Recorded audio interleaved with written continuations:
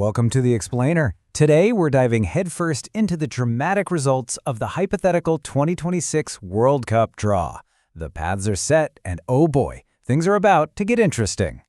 So for 48 teams, the road to glory is now officially laid out.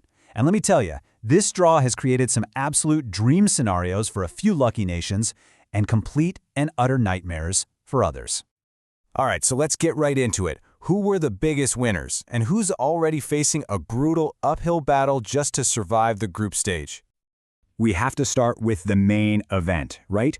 We're talking about the groups of death. You know, the ones where the drama is absolutely guaranteed and every single match feels like a knockout game.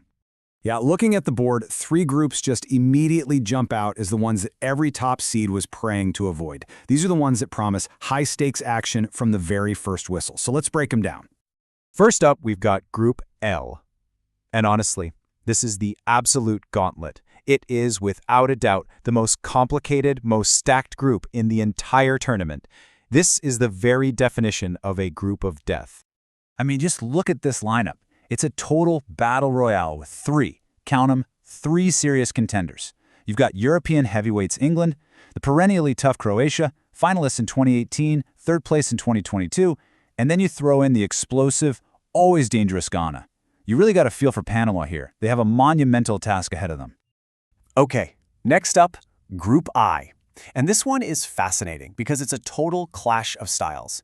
We're talking 3 completely different but equally dangerous ways of playing football, all thrown into the same pot.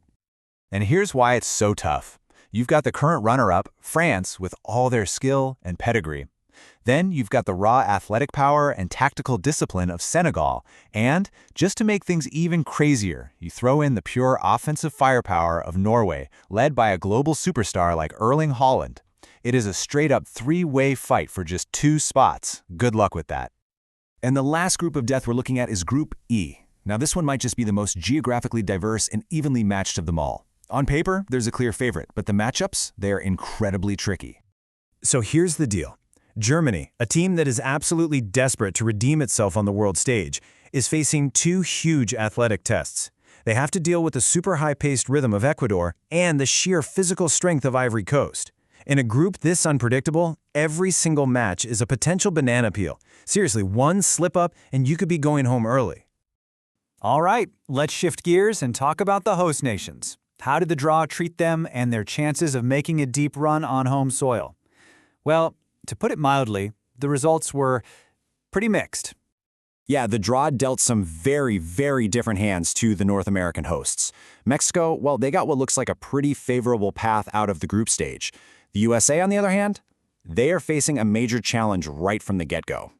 So Mexico's group looks manageable, for sure. Their main rival is going to be the ever-disciplined South Korea. But, and this is a big but, they cannot get complacent. See that final playoff spot? That could easily be filled by a European powerhouse like Denmark. And if that happens, it completely changes the entire dynamic of this group. Now the USA? Wow.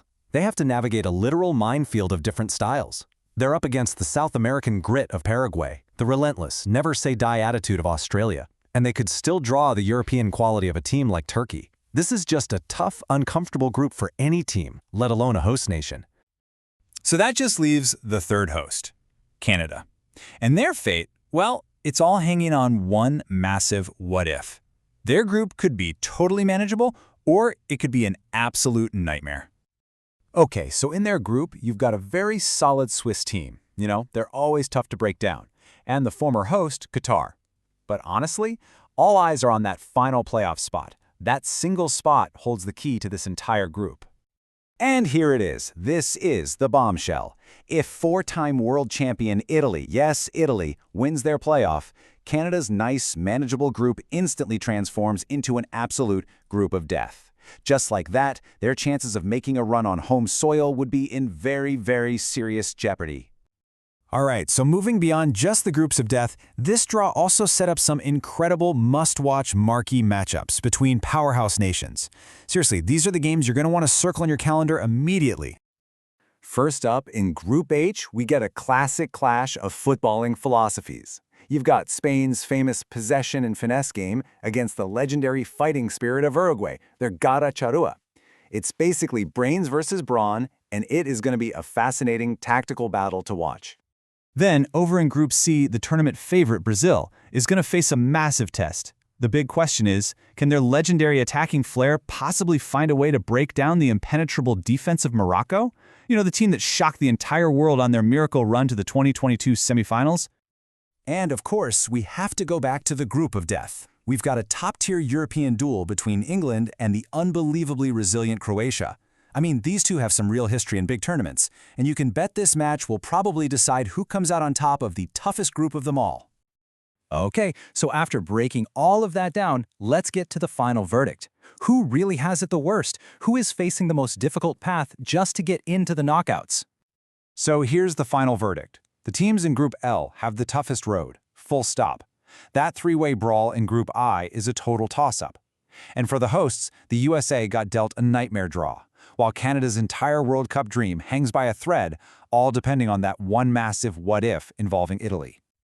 And you know, that really is the biggest takeaway from this whole thing. The way these groups have fallen, it practically guarantees that at least one giant of world football is going to crash out early. They won't even make it to the knockout round.